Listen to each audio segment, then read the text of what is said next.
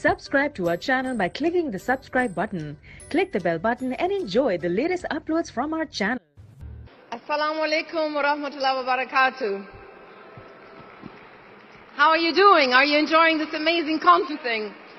Well, let's start in the name of God, the most compassionate, the most merciful. Bismillahir Rahmanir Rahim. I was living a life very far from religion, let alone Islam.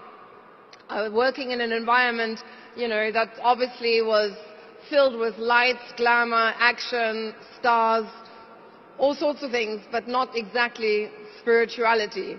But God works in mysterious ways, and He knows what He's doing. So from a life of hedonism and materialism, I was guided to find contentment and inner peace by surrendering to God in Islam. Alhamdulillah. Dissatisfaction that I was introduced to Islam, not by a long-bearded imam who perhaps rammed religious rulings down my throat, no, by a handsome sports star, Imran Khan. And I don't know if you know Imran Khan here in America. He was the captain of a cricket team in Pakistan, and he is now running for Prime Minister also in Pakistan.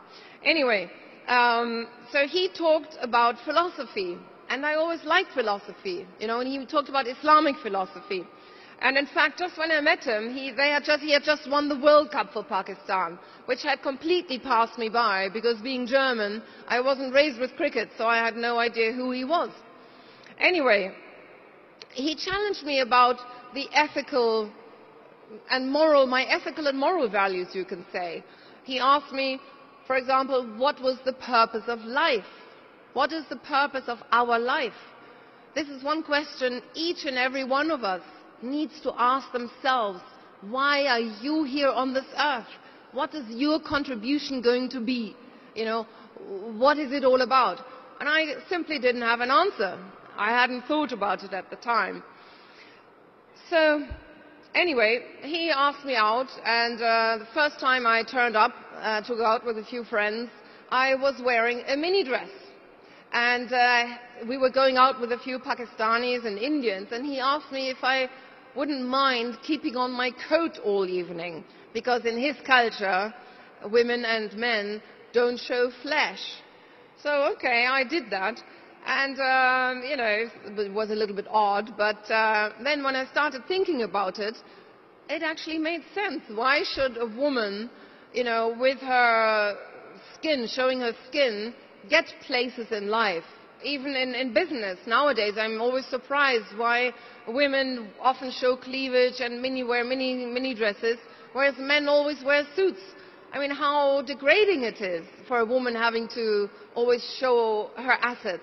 In advertisements, women advertising half naked any kind of product, from perfume to cigarettes to car tires or whatever it is. That actually is degrading. So when I started thinking about it, that was actually one of the first things I sort of understood and began to change in my own life while I was still interviewing rock stars on MTV. My skirts became longer and cleavage higher. Anyway, so what touched me actually most about Imran wasn't his famous friends, but it was how he was going to build. He was actually in the process of building a cancer hospital where the poor people would be treated for free in Lahore, because they didn't have any cancer hospitals at all. And he said to me, believe in God and do good deeds. Just like our previous speaker was saying, that is the essence of being a Muslim. And I quite liked that. Imran also talked a lot about spirituality.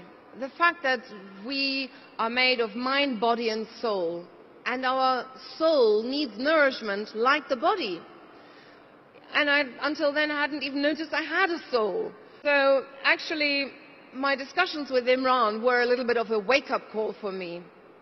He gave me a lot of books to read. Well, in fact, the very first book he gave me, Man in Islam, really resonated deeply in me. To my great surprise, the doctrines made sense. The idea that there was one God, the creator and destiny of the universe, absolutely powerful, infinitely good, compassionate, ever forgiving. God is greater than anything in the world, yet closer to us than our own jugular vein. I mean, that really resonated with me. I like the idea of worshipping nothing but this one God. Neither fame, nor contacts, nor fortune, nor anything but. Wherever we went with Imran's Jeep, he was surrounded by a crowd of people. Everybody wanted an autograph, photographs taken, or some very poor people pressed a few rupees into his hands.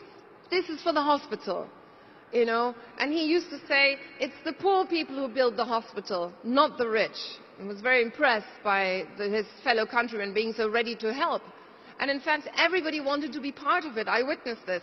Women took off their jewelry to help this hospital. And now, even until now, poor people are being treated for free.